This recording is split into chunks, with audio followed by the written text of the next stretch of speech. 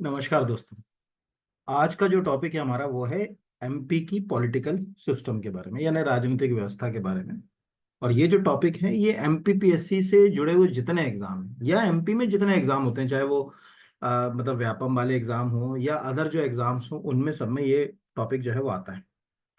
तो इस टॉपिक को मतलब क्या हमने लिया है वो पहले मैं आपको बता दूं। इसमें हमने मध्य प्रदेश की राजनीतिक व्यवस्था के उस हिस्से को शामिल किया है जिसका संबंध अभी हाल फिलहाल में हुई घटनाओं से, यानी हम इसको करंट अफेयर्स के साथ स्टैटिक पोर्शन से भी जोड़कर पढ़ने की कोशिश करेंगे। क्या करंट में चल रहा है, उससे ये प्रश्न क्यों आ सकता है, इस तरह से इसको जोड़ेंगे। तो अगर चैनल को सब्सक्राइब नहीं किया तो प्लीज चैनल को सब्सक्राइब कीजिए। और अच्छे कमेंट्स, आपके बहुत अच्छे कमेंट्स आते हैं, कहीं शिकायत है तो वो भी लिखिए, मतलब इससे टू वे कम्युनिकेशन होता है। और वीडियो अच्छा लगता है तो लाइक जरूर करिए, क्योंकि उससे समझ पड़ता है कि हमारा मैसेज कितने लोगों तक सही जा रहा है। तो अभी हाल फिलहाल में जितने भी असिस्टेंट प्रोफेसर के या जो अभी माइनिंग इंस्पेक्टर का पेपर आ रहा है या एमपीपीएससी मेंस का पेपर आ रहा है, उन सब के लिए ये वीडियो बहुत हेल्पफुल होगा। कभी ये मत सोचिए कि एक वीडियो है एमसीक्यू फॉर्म में तो एमपीपीएससी मेंस में नहीं आएगा या प्री में नहीं आएगा या स्पेसिफिक कोई एग्जाम है उसमें नहीं आएगा, सब जगह ये काम आते हैं। जहाँ तक कि इंटरव्यू में भी ये चीजें जो है वो काम आपको आ जाती हैं। तो चलिए शुरू करते हैं, क्वेश्चन को देखते हैं कि क्या क्वेश्चन जो है वो बन सकते हैं। पहला क्वेश्चन हमने लिखा लिया है, निम्नलिखित में से मध्य प्रदेश विधानसभा के कौन से अध्यक्ष निर्विरोध नहीं चुने गए। अब प्रश्न क्यों लिया है पहले तो ये देख लें, आंसर तो दिख ही रहा है सामने आपको। देखिए, निर्विरोध का कंसेप्ट ये है कि सपोज मान के चलिए कोई पार्टी है, उसके पास इतनी मेजोरिटी है कि अपोजिशन वाली पार्टी को लगे कि भाई हमको कैंडिडेट खड़ा करने की जरूरत है ही नहीं, हम खड़ा करेंगे तब भी कुछ नहीं होगा।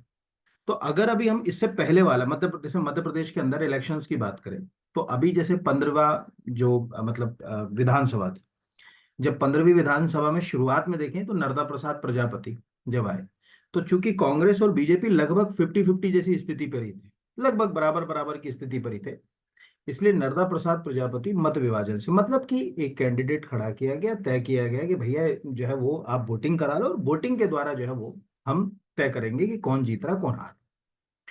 जनरली क्या होता है कि जहां एक तरफा मेजोरिटी, जैसे अभी हमारे मध्य प्रदेश की 16वीं विधानसभा में क्या एक तरफा वोटिंग, एक तरफा सीट मिली है बीजेपी को, तो नरेंद्र सिंह तोमर के सामने कोई खड़ा ही नहीं हुआ। तो नरेंद्र सिंह तोमर जो है वो निर्विरोध यानी अनअपोज्ड जो है वो चुन लिए गए। ये मैंने प्रश्न इसलिए लिया, एक तो अभी हमारे यहाँ विधानसभा के इलेक्शन में नंबर वन, इसलिए क्वेश्चन लिया। दूसरा भी आपने देखा होगा लोकसभा में भी सेम सिचुएशन हुई। लोकसभा में इससे पहले की जो दो लोकसभा थी उसमें जो है वो अगर कहा जाए कांग्रेस ने या किसी पार्टी ने लोकसभा स्पीकर के लिए अपना कैंडिडेट जो है वो खड़ा नहीं किया, इस बार खड़ा किया। तो कहीं ना कहीं ये प्रश्न का नेचर आपको समझ पड़ गया। तो अगर हम इसको दो जगह पढ़े, दो जगह का मतलब है सामने आप देखिए कॉन्स्टिट्यूशन में अगर हम चले जाएं, ये हमारा संविधान खोला हुआ है, संविधान में ये सब बातें नहीं लिखी हुई, संविधान में एक छोटी सी लाइन लिखी हुई है, यहाँ देखिएगा, सब ये बहुत काम आएंगी जो चीजें आपको बताने की कोशिश कर रहा हूँ। एग्जाम में क्या है, संविधान का आर्टिकल 178 क्या बोल रहा है कि प्रत्येक राज्य की विधानसभा यथाशीघ्र, मतलब इसका कोई टाइम पीरियड भी नहीं है कि कितने दिन में आपको स्पीकर और डिप्टी स्पीकर को चुनना है, यथाशीघ्र मतलब एज सुन एज पॉसिबल करो, अपने दो सदस्यों को अपना अध्यक्ष और उपाध्यक्ष चुनेगी। जब जब अध्यक्ष और उपाध्यक्ष का पद रिक्त होगा तब तक विधानसभा किसी अन्य सदस्य को यथास्थिति अध्यक्ष या उपाध्यक्ष चुनेगी। जैसे 179 देखो अभी एमपीपीएससी प्री में आया था, बिल्कुल सेम के सेम कट पेस्ट क्वेश्चन जो है वो एमपीपीएससी प्री पहुंच चुकी है। तो अभी अपने को समझ पड़ गया यहाँ पर कि क्या क्वेश्चन जो है वो पूछे। तो हो सकता है कि आपको यही आ जाए कि किस आर्टिकल में speaker and deputy speaker of legislative assembly के बारे में प्रोविजन है, तो 178।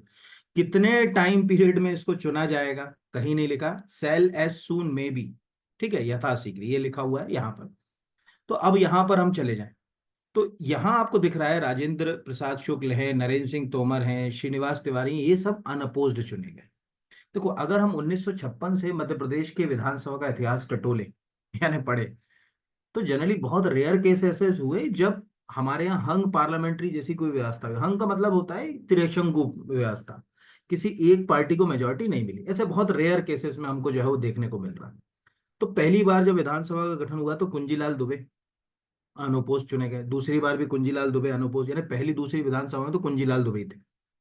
तीसरी वाली जो थी उसमें कुंजीलाल दुबे जो है अगर कहा जाए अपोज नहीं चुने गए, वो मत विभाजन से। तो अगर कुंजीलाल दुबे, इसलिए मैंने लिखा भी है नीचे, इसका एक जो है वो मैंने यहाँ ये लगा दिया है कि श्री काशी प्रसाद पांडे जो है अगर कहा जाए श्री नर्मदा प्रसाद प्रजापति मत विभाजन द्वारा विधानसभा अध्यक्ष बने, वहीं कुंजीलाल दुबे प्रथम और द्वितीय विधानसभा में निर्विरोध यानी अनअपोज्ड, लेकिन तीसरी विधानसभा में मत विभाजन से चुने। तो आज तक कितनी बार ऐसा हुआ कि मत विभाजन की स्थिति आई? तो 3 बार आई। एक बार आई काशी प्रसाद पांडे, एक बार आई कुंजीलाल दुबे, और तीसरी बार अभी जो अगर कहा जाए 2018-19 के दौरान, 2019 में मान कि जो आपके नर्मदा प्रसाद प्रजापति को जब हमने अध्यक्ष बनाया था, उसके बाद तो ये पोस्ट खाली रही। फिर गिरीश गौतम अनअपोज्ड चुने गए। गिरीश गौतम के बाद अभी नरेंद्र सिंह तोमर भी अनअपोज्ड। तो ये आपको क्लियर क्रिस्टल क्लीन हो गया होगा कि दिमाग में केवल ये 3 नाम याद रखो।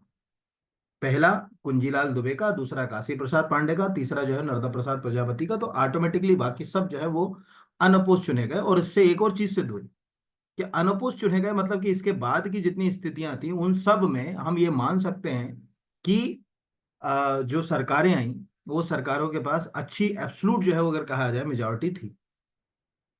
दूसरा है हरिविनायक पाटस्कर का संबंध के संबंध में कौन सा कथन असत्य है? पहला, हरिविनायक पाटस्कर मध्य प्रदेश के दूसरे राज्यपाल थे।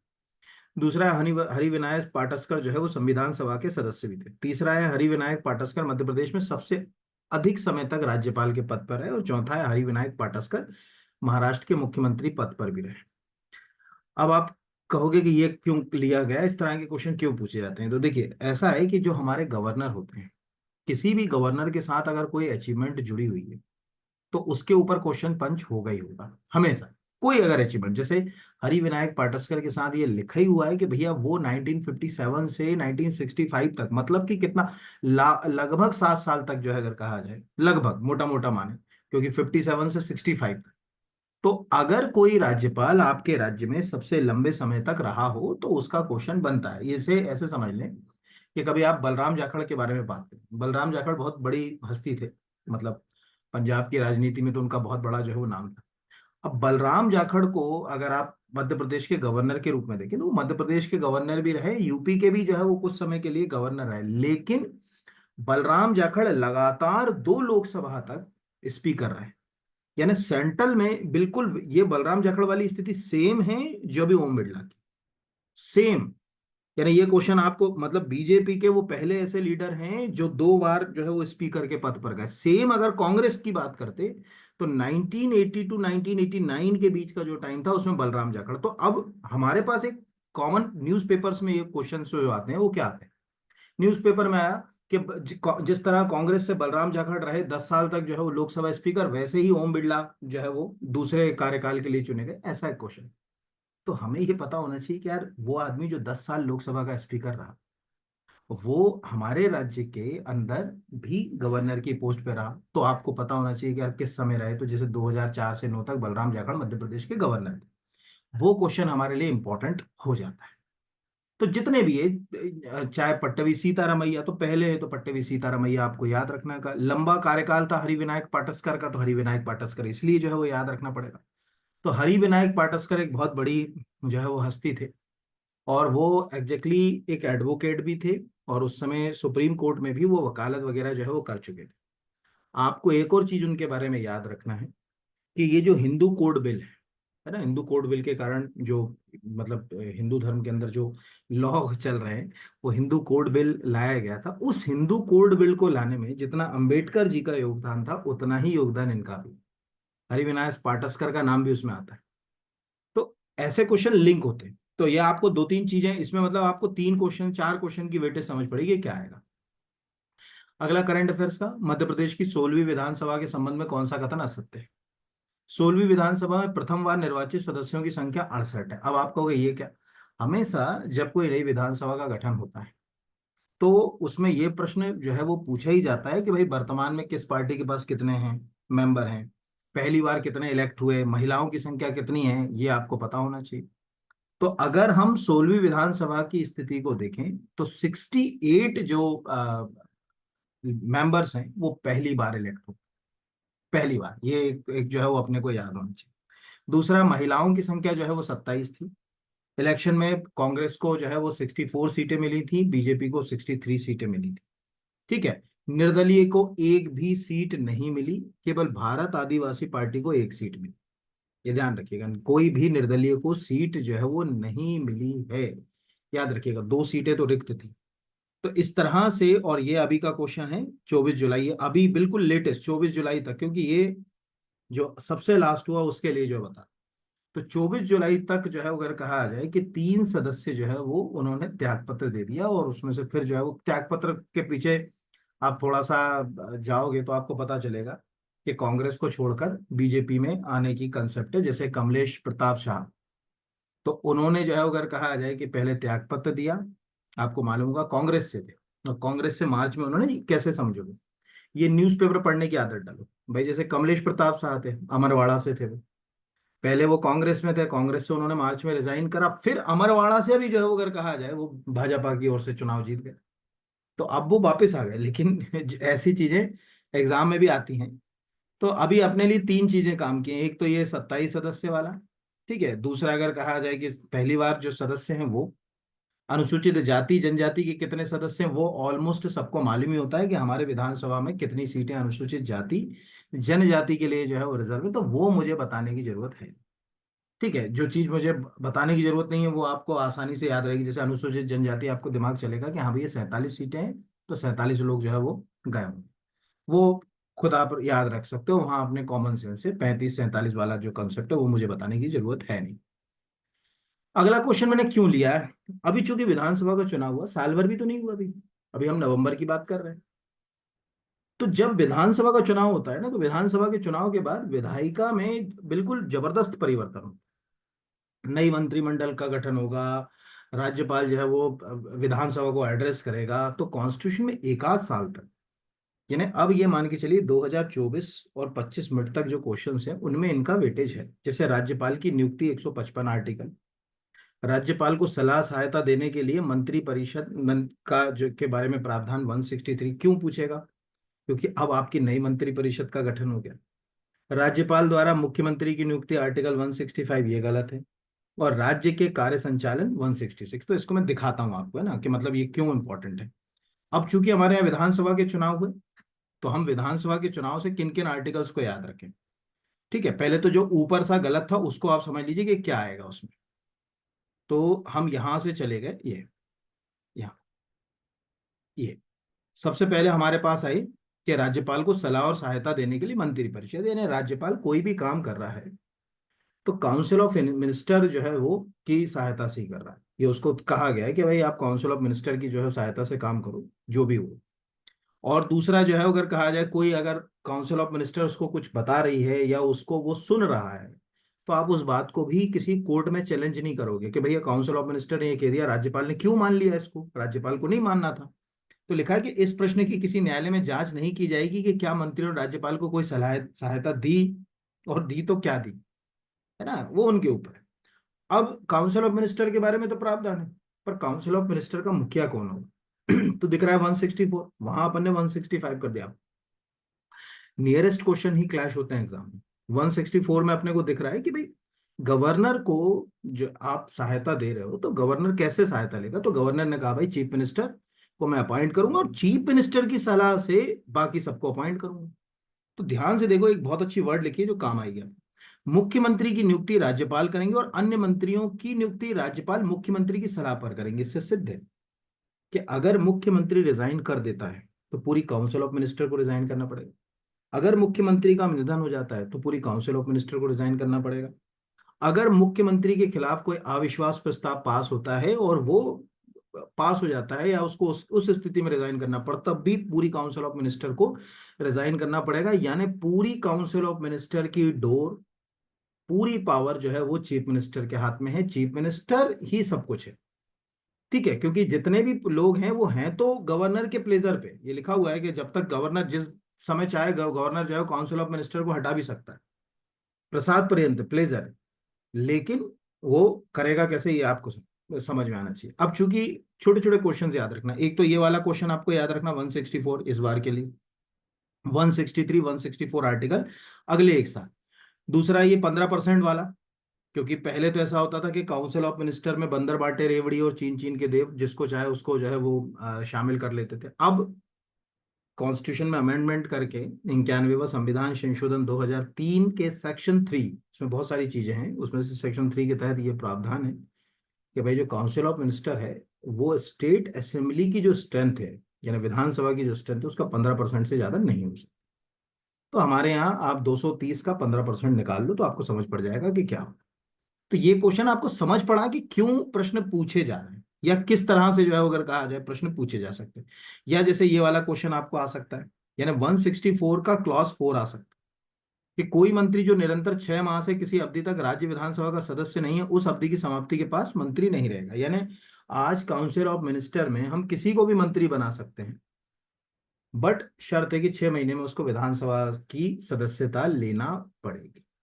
तो आप आज से अगर आप असिस्टेंट प्रोफेसर पॉलिटी को कर रहे हैं अभी नेक्स्ट वीक, अभी एक जो है वो टेस्ट सीरीज भी है असिस्टेंट प्रोफेसर पार्ट 1 के लिए या दूसरे एग्जामों के लिए, अगर आप एमपीजी के तैयार करना चाहते हैं तो आपको पकड़ में आ जाएगा।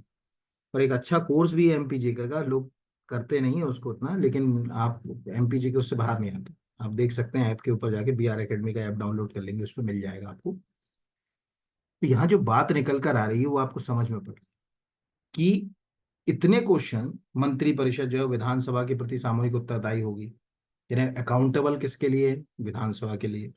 ये सब अभी करंट के क्वेश्चन जो लिंक हो रहे हैं, मतलब इनमें करंट अफेयर्स ही दिख रहा है। तो क्यों आएगा आपको ऑलमोस्ट जो है वो समझ पड़ गया होगा ना। तो 164 ये था, कैसे था, आपको आंसर आ गया। फिर अगला है, निम्नलिखित में से कौन से मुख्यमंत्री विधानसभा के नेता प्रतिपक्ष नहीं रहे। अब नेता प्रतिपक्ष का पद बड़ा चर्चित है, और विधानसभा में तो ऑलमोस्ट ऐसा कभी रहा नहीं कि नेता प्रतिपक्ष का पद खाली रहा हो, क्योंकि अपोजिशन के पास ठीक ठाक स्थिति जो है वो रही। लेकिन लोकसभा में तो पिछले 2 लोकसभा में अगर हम देखें तो लीडर ऑफ द अपोजिशन की पोस्ट खाली थी। इस बार leader of the opposition Lok Sabha को मिला, इससे पहले तो खाली थी। तो अगर हम यहाँ ये देखें कि कौन जो है वो नेता प्रतिपक्ष, मतलब चीफ मिनिस्टर रहे, तो आपको पता होना चाहिए। जैसे सिंपल सी लॉजिक है कि अभी कमलनाथ मध्य प्रदेश के चीफ मिनिस्टर रह चुके हैं, वो लीडर ऑफ द अपोजिशन की पोस्ट पे भी रह चुके हैं। बाबूलाल गौर मध्य प्रदेश के चीफ मिनिस्टर रह चुके हैं, वो भी लीडर ऑफ द अपोजिशन रह चुके हैं। वीरेंद्र कुमार सकलेचा, द्वारिका प्रसाद मिश्र, सुंदरलाल पटवा, अर्जुन सिंह, ये सब जो है वो, श्यामा प्रसाद जो है वो अगर कहा जाए शुक्ल, ये सब नेता प्रतिपक्ष भी, यानी ये चीफ मिनिस्टर तो रहे, बट ये अपोजिशन में भी रोल प्ले करते रहे। जैसे कोई पूछे ना कि भाई श्यामाचरण शुक्ल रहे क्या, हाँ रहे। अर्जुन जो है वो सिंह रहे क्या, हाँ रहे। कमलनाथ रहे क्या, हाँ रहे। लेकिन कुछ लीडर फॉर एग्जाम्पल, जैसे ऐसे पिछले 20 साल में हम देखें, 20 साल का इतिहास देखिएगा ध्यान से, समझ पड़ेगा आपको जो मैं कहना चाह रहा हूँ। शिवराज सिंह चौहान जी जब तक मुख्यमंत्री रहे, एक तरफा रही जो है, कभी अपोजिशन में ऐसे सीधे सीधे जो है अगर कहा जाए सरकार जो है बैठी नहीं। तो जब अब इससे जो है वो हमको ये बात समझ पड़ी कि हाँ भाई जो है वो शिवराज सिंह चौहान जब मुख्यमंत्री रहे तो वो लीडर ऑफ द अपोजिशन की पोस्ट पे कभी भी नहीं रहे, यानी वो इस पर पद पर नहीं रहे। तो ऐसे हम जो है वो याद रख सकते हैं।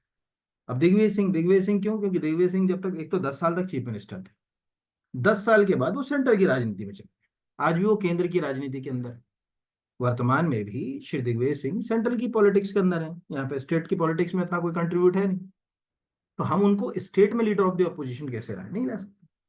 तो ये आपको याद रखना है, यानी कुछ नाम देखो, पूरे नाम तो मैं जो बोलता हूँ वो तो आपको याद रखने ही, बाकी तो यहाँ पर लिखे हुए हैं, तो आपको समझ पड़ गया कि लीडर ऑफ द अपोजिशन क्या होता है। और ऐसे भी आपको मालूम होगा लीडर ऑफ द अपोजिशन के लिए कम से कम जो है अगर कहा जाए 1/10 सीट की जरूरत तो पड़ती है। तो राज्यों में तो ऑलमोस्ट हमेशा मिल ही जाएंगी, पर केंद्र में किसी एक जो पार्टी के पास मतलब 545 सीटों में से उसका 10%, मोटा मोटा माने तो 55 के आसपास सीटें लाना बड़ी कठिन बात थी। पिछले 2 चुनाव में तो ऐसा हुआ नहीं, इस बार हुआ, कांग्रेस ले आई तो लीडर ऑफ द अपोजिशन मिल गए हमको अगर कहा जाए। फिर अगला है, मध्य प्रदेश के कौन से विधानसभा अध्यक्ष विधानसभा उपाध्यक्ष के पद पर भी रहे। ठीक है, तो रामकिशोर शुक्ल एग्जैक्टली प्रोटेम स्पीकर भी रहे, वो विधानसभा स्पीकर भी रहे, और विधानसभा डिप्टी स्पीकर भी रहे।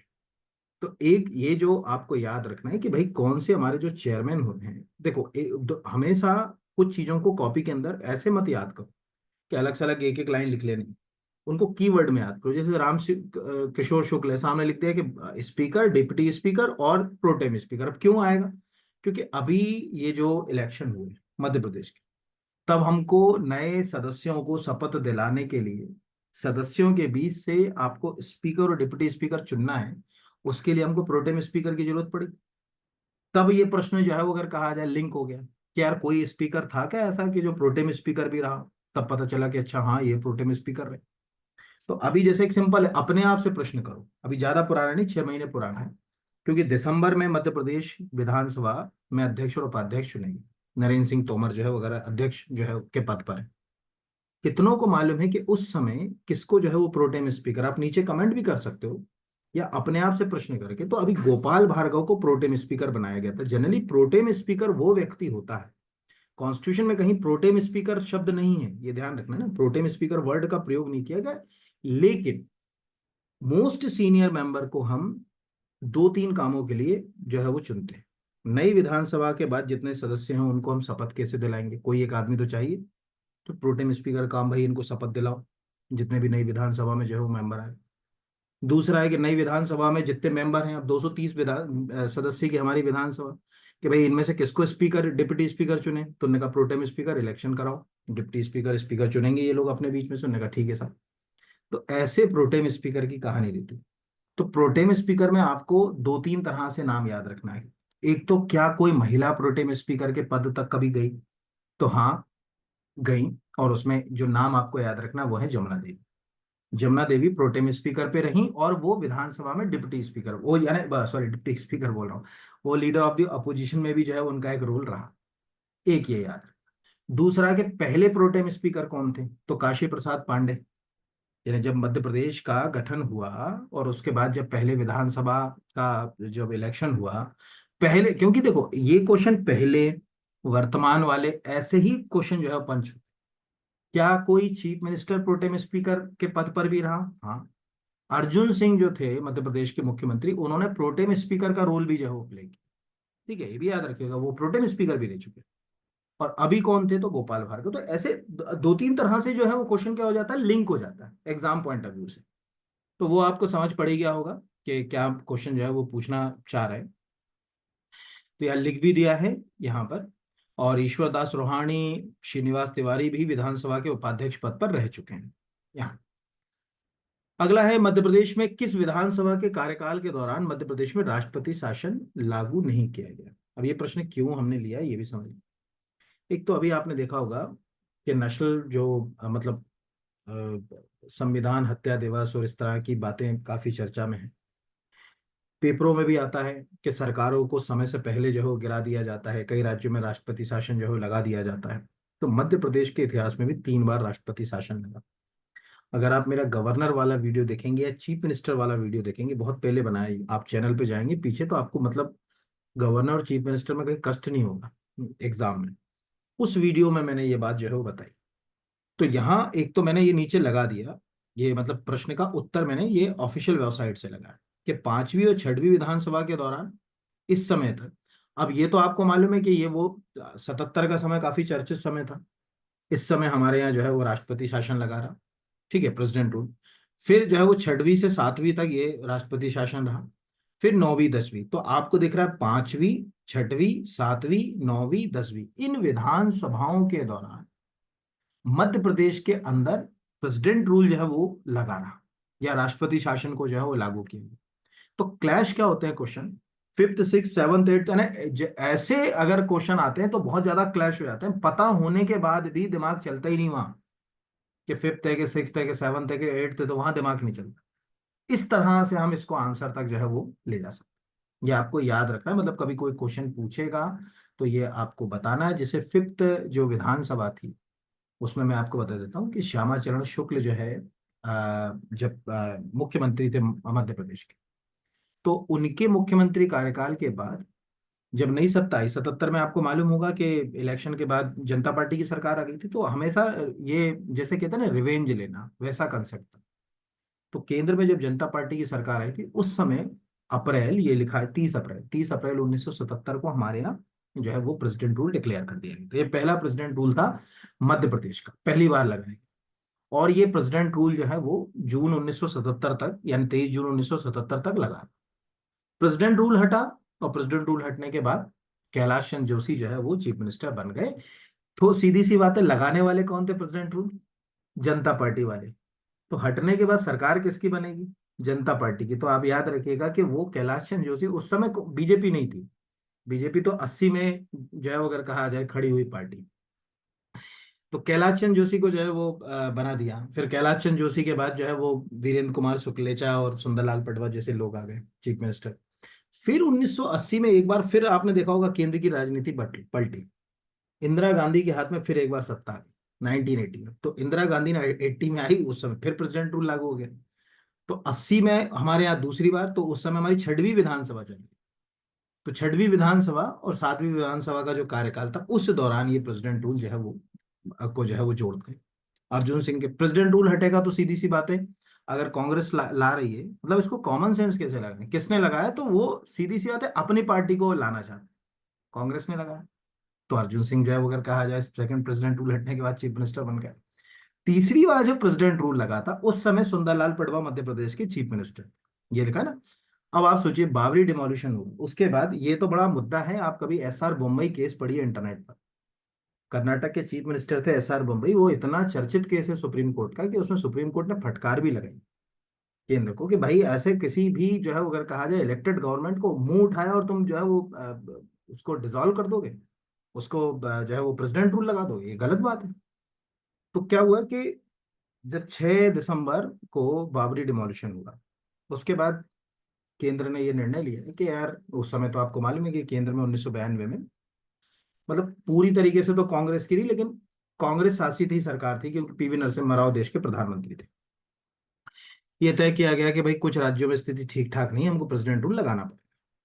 उठाकर जो है वो हमारे यहाँ प्रेसिडेंट, अब दिमाग लगाना, सुंदरलाल पटवा मध्य प्रदेश के चीफ मिनिस्टर बीजेपी से, कब तक, 15 दिसंबर 1992 तक। अब कॉमन सेंस लगाओ कि जब ये प्रेसिडेंट रूल हटा, ठीक है, जब ये प्रेसिडेंट रूल हटा, लगभग एक साल रहा, 355 दिन, तो फिर किसके हाथ में सत्ता आ गई होगी, ऑटोमेटिकली कांग्रेस के हाथ में। दिग्विजय सिंह उसके बाद 10 साल तक, 10 साल तक जो है अगर कहा जाए मध्य प्रदेश के मुख्यमंत्री के पद पे रहे, यानी 1993 से 2003 तक। उसके बाद आज तक कभी कोई ऐसी स्थिति आई, ठीक है, क्योंकि अब कोई ना भारत में इस तरह का कोई तनाव हुआ ना कुछ हुआ, तो यहाँ, तो ऐसे हम आंसर्स तक जो है वो जा सकते हैं। अगला है जून 2024 में गठित केंद्रीय मंत्रिमंडल में मध्य प्रदेश से कितने सदस्य शामिल किए गए, 3, 6, 8, 9, ये भी क्वेश्चन इंपॉर्टेंट है। ये क्यों इंपॉर्टेंट है, तो मैंने ये 10 जून का आज तक का एक क्लिप लगा दिया, क्योंकि जब ये मंत्रिमंडल बन रहा था, आप में से ज्यादातर स्टूडेंट भी इस चीज को देख रहे होंगे कि यार कौन कौन कितने लोग हमारे यहाँ से, और एक चेहरा तो हमारे स्टेट से सबके दिमाग में था कि हमारे भूतपूर्व मुख्यमंत्री शिवराज सिंह चौहान को कौन सी मिनिस्ट्री मिलने वाली है। ज्यादातर लोगों ने तो दिमाग लगा रखा था कि यार एग्रीकल्चर मिनिस्ट्री ही मिलेगी, लेकिन किसी को लग रहा था कि महिला बाल विकास भी मिल सकता है, किसी को कुछ और भी लग रहा था।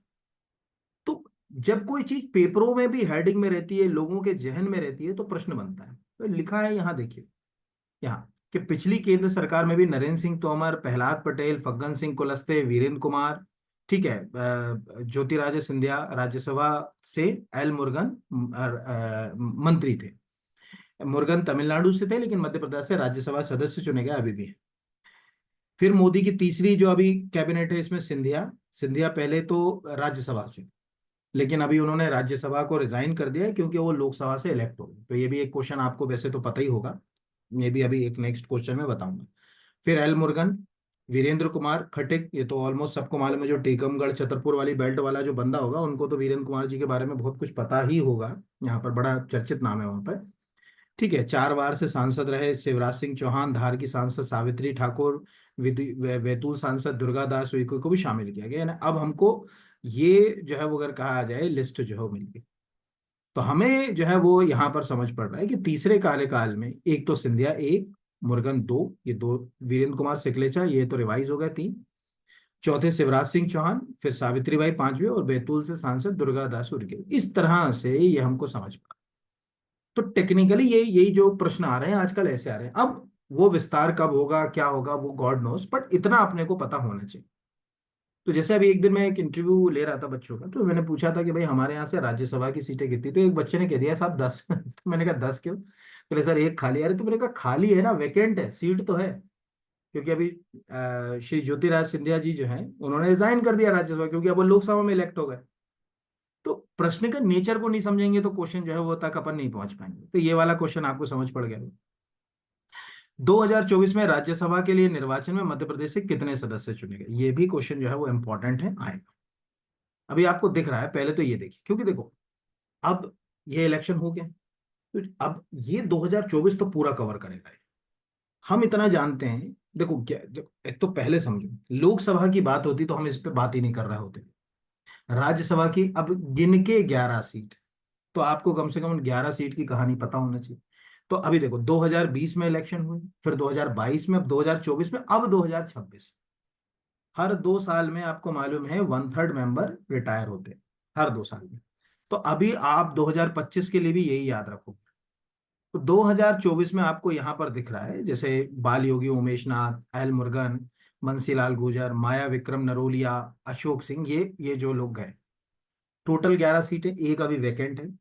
4 जून को ज्योतिरादित्य सिंधिया जो हैं, जब उन्होंने लोकसभा की जब सदस्य चुन लिए गए, तो आप दोनों हाउस के मेंबर नहीं रह सकते, आपको एक हाउस से रिजाइन करना पड़ेगा।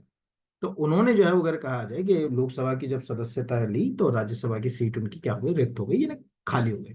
तो अब हमारे पास जो है वो एक सीट वैकेंट है, और उस सीट के ऊपर जो है वो इलेक्शन होगा। अब वो जैसे भी, वो अपन बाद में बात करेंगे। तो अभी हमारे पास ये बात तो साफ समझ पड़ेगी कि इसमें क्वेश्चन क्या बन सकता है, कैसे बन सकता है। तो राज्यसभा के अंदर आपको बहुत अच्छे से समझ पड़ ही गया होगा कि क्वेश्चन जो है वो आपको आएगा ही आएगा, यहाँ पर याद रखना।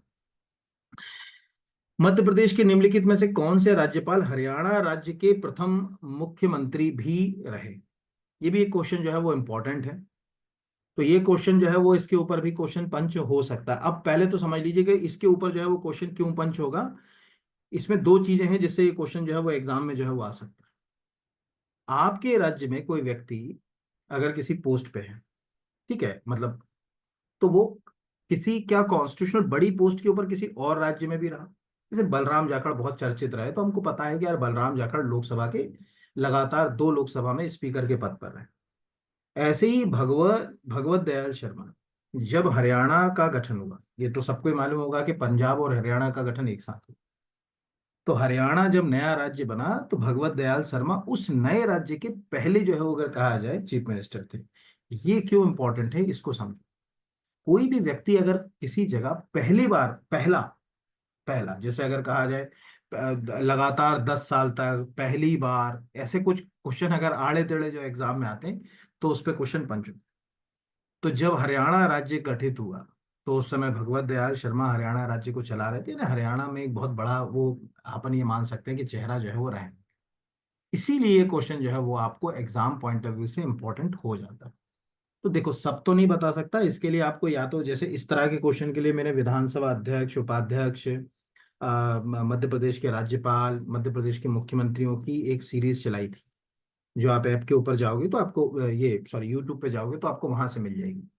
बट बुनियादी रूप से आप अपनी एक लिस्ट जो है वो तैयार कर लें, कौन क्या है। जैसे ये अभी हो गया कि मध्य प्रदेश में राज्यपाल रहे, उड़ीसा में भी वो राज्यपाल रहे, हरियाणा के 19, अब ये भी याद रखना है कि हरियाणा का गठन भी हमारी तरह हुआ 1 नवंबर को, बट वो हमारा 56 में हुआ, उसका 66 में।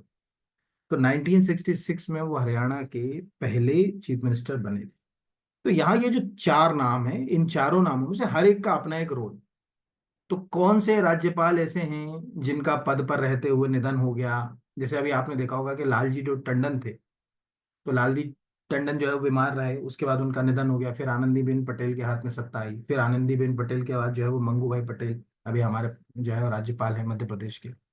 इस तरह के क्वेश्चंस जो है वो एग्जाम में पंच होते हैं। ठीक है, चलिए अगले के ऊपर आ जाते हैं।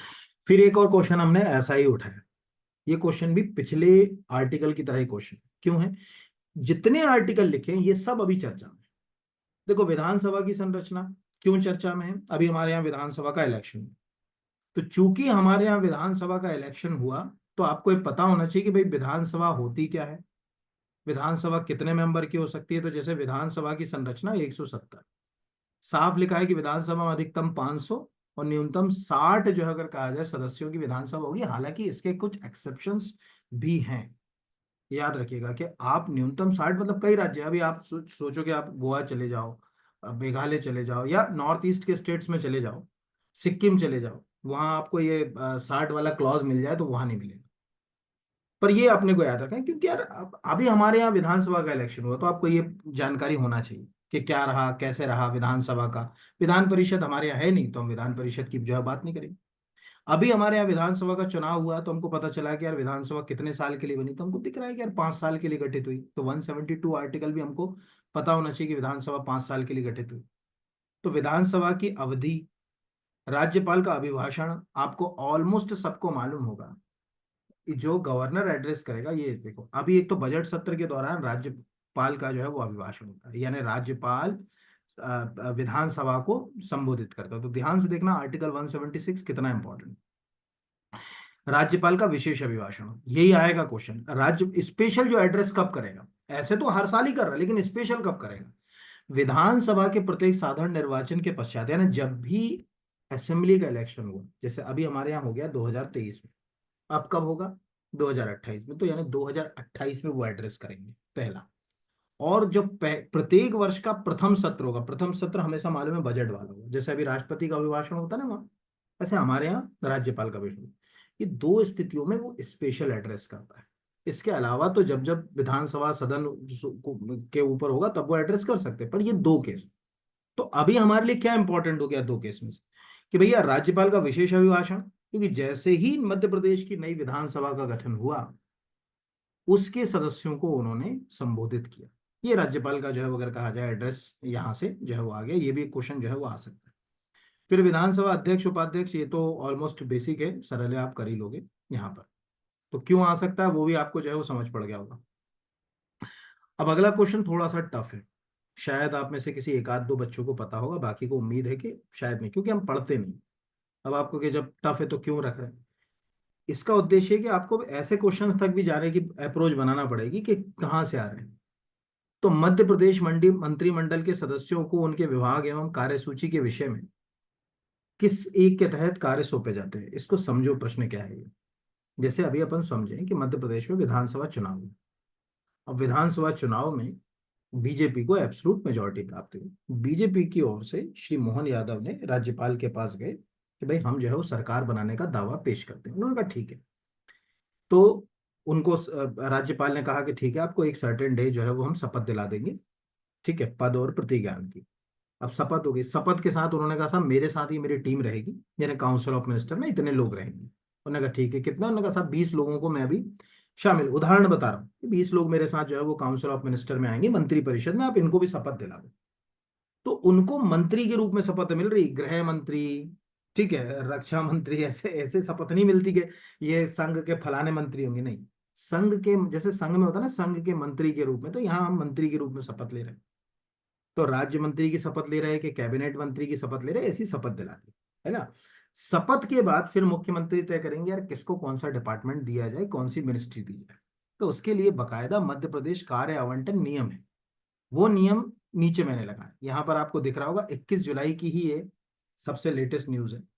यहाँ पर पहले भी आ चुकी है यहाँ पर। तो ये दिख रहा है कि मध्य प्रदेश शासन कार्य आवंटन नियम के नियम 4 के अनुसरण में मध्य प्रदेश के राज्यपाल निम्नलिखित मुख्यमंत्री, उप मुख्यमंत्री, मंत्री, राज्य मंत्री के प्रभार और उनके सामने दिए गए विभाग या विभागों की कार्यसूची के विषय सौंपते हैं। जैसे श्री मोहन यादव, तो अपने को दिख रहा है कि उनको सामान्य प्रशासन विभाग यानी जीएडी, गृह, अभी होम मिनिस्ट्री भी उनके पास है, जेल भी उनके पास है, इंडस्ट्रियल पॉलिसी वाला डिपार्टमेंट है, ठीक है, इन्वेस्टमेंट है, जनसंपर्क है, ये सब उनके पास है।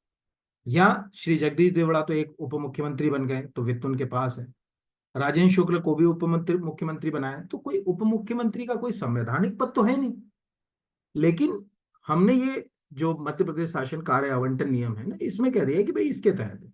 तो कुंवर विजय शाह जनजातीय कार्य दे दिए, लोक परिसंपत्ति प्रबंधन दे दिया, प्रहलाद सिंह पटेल को पंचायत ग्रामीण विकास श्रम विभाग जो है वो दे दिया, श्रम मंत्रालय दे दिया। इस तरह से हम उनको विभाग या जो मिनिस्ट्री है उनको सौंप सकते हैं। ये क्वेश्चंस आजकल ऐसे आने लगे हैं कि मध्य मतलब किससे सौंपा जाता है, और इतना कंफ्यूजन करते हैं ये क्वेश्चन जब एग्जाम में आते हैं, दिमाग खराब। अगला है मुख्यमंत्री गोविंद नारायण सिंह के कार्यकाल में श्रीमती विजय राजे सिंधिया किस विधानसभा में सदन की नेता थी। यानी वो विधानसभा कौन सी थी, पहली विधानसभा थी, दूसरी थी, तीसरी थी, हमेशा। एक तो ये बात आपको सबको मालूम है कि मुख्यमंत्री हमेशा सदन का नेता रहे, हमेशा। अब क्या जो है इसको समझने की कोशिश करते हैं। एक्चुअल जो हमारे मध्य प्रदेश की जो चौथी विधानसभा थी, उस चौथी विधानसभा में द्वारिका प्रसाद मिश्र मुख्यमंत्री थे। बहुत ध्यान समझिएगा। अब विजया राजे सिंधिया जो है अगर कहा जाए, और जो मतलब द्वारिका प्रसाद मिश्र के बीच कॉन्फ्लिक्ट थे, मतलब उनके बीच थोड़ा सा जो है वो अच्छे मतलब संबंध नहीं थे। तो विजया राजे सिंधिया को लगा कि एक तरीका हो सकता है कि कांग्रेस में थोड़ा सा फूट डाल दी जाए। तो गोविंद नारायण सिंह को उन्होंने अपनी तरफ ले लिया और कहा कि एक काम करो, तुम कांग्रेस से अलग जो है वो हो जाओ, और अगर तुम मुख्यमंत्री मतलब चाहोगे तो तुम्हारे साथ अगर लोग आ जाएंगे तो हम तुमको मुख्यमंत्री बनवा देंगे। उन्होंने कहा ठीक है। अब गोविंद नारायण सिंह जो है वो अलग हो गए, और गोविंद नारायण सिंह को विजय राजे सिंधिया ने 1967 में चीफ मिनिस्टर बनाया। पर चूंकि गोविंद नारायण सिंह को चीफ मिनिस्टर बनाने में उनका ही रोल सबसे ज्यादा था, यानी टेक्निकली तो वही चीफ मिनिस्टर थे, इसीलिए गोविंद नारायण सिंह के चीफ मिनिस्टर होने के बावजूद वो लीडर ऑफ दी जो है वो हाउस रही, यानी सदन की रहता रही। थोड़े ही दिन में, मतलब मोटा मोटा माने थोड़े दिन का मतलब है कि लगभग 1.5 साल के आसपास, गोविंद नारायण सिंह को ये बात समझ पड़ गई कि भैया मैं तो जो है वो अगर कहा जाए नाम मात्र का मुख्यमंत्री हूँ, मेरा काम चलना नहीं। इसलिए गोविंद नारायण सिंह जहां से आए थे वहीं वापस चले गए। और फाइनली पूरी प्रक्रिया बदल गई, और गोविंद नारायण सिंह के बाद फिर जो है वो राजा नरेश चंद्र सिंह को जो है वो सत्ता जो है वो मिली। इस तरह से हम इसको समझ सकते हैं कि मतलब सत्ता का जो खेल है आने जाने का, वो आज से नहीं चल रहा, वो 60s जब राज्य का गठन हुआ तब से चल रहा। तो वो चौथी विधानसभा थी। तो आपसे कोई पूछे तो चौथी विधानसभा के साथ आप सोचिए, चौथी विधानसभा में श्यामा प्रसाद सॉरी श्यामाचरण शुक्ल भी मुख्यमंत्री रह गए, राजा नरेश चंद्र सिंह भी जो है वो मुख्यमंत्री रह गए, एकमात्र जो है वो आदिवासी या जनजातीय समुदाय से आने वाले मुख्यमंत्री थे। गोविंद नारायण सिंह भी मुख्यमंत्री रह गए, द्वारिका प्रसाद मिश्र भी मुख्यमंत्री रहे। तो जो आज कहते हैं ना कि यार सत्ता का खेल आज चल रहा, आज से नहीं चल रहा, जमाने से चल रहा, उस समय से ये सब कहानियां जो है वो चल रही। तो ये क्वेश्चन ऐसे आ सकते। फिर मध्य प्रदेश के किस मुख्यमंत्री के खिलाफ अविश्वास प्रस्ताव नहीं लाया गया? ठीक है, नो कॉन्फिडेंस मोशन। संविधान में तो नो कॉन्फिडेंस मोशन का कहीं उल्लेख नहीं, तो विधानसभा की रूल बुक के तहत लाया जाता है। अगर नो कॉन्फिडेंस मोशन पास हो जाए तो फिर जो है वो सरकार को रिजाइन करना। और जनरली मुख्यमंत्रियों के खिलाफ अधिकांशतः जो नो कॉन्फिडेंस मोशन लाया जाता है, और ऐसा नहीं है कि आपके पास मेजोरिटी है, जैसे आज श्री मोहन यादव जी हैं, उनके पास जो है वो अगर कहा जाए मेजोरिटी है तो कोई अपोजिशन नो कॉन्फिडेंस मोशन नहीं लाएगा, ऐसा नहीं।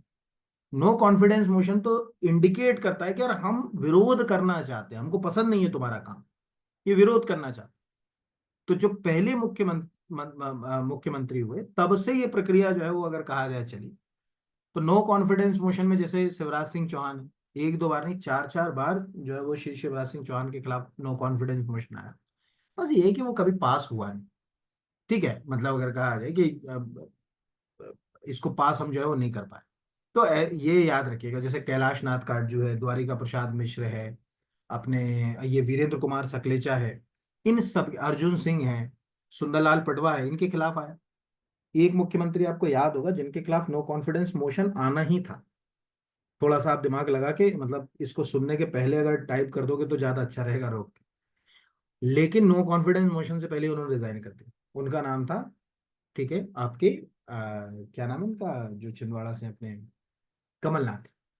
तो कमलनाथ जी जब मुख्यमंत्री थे तो उनको समझ पड़ गया कि यार कॉन्फिडेंस प्रूव करने की बात आएगी, अविश्वास प्रस्ताव ना ले आया अपोजिशन।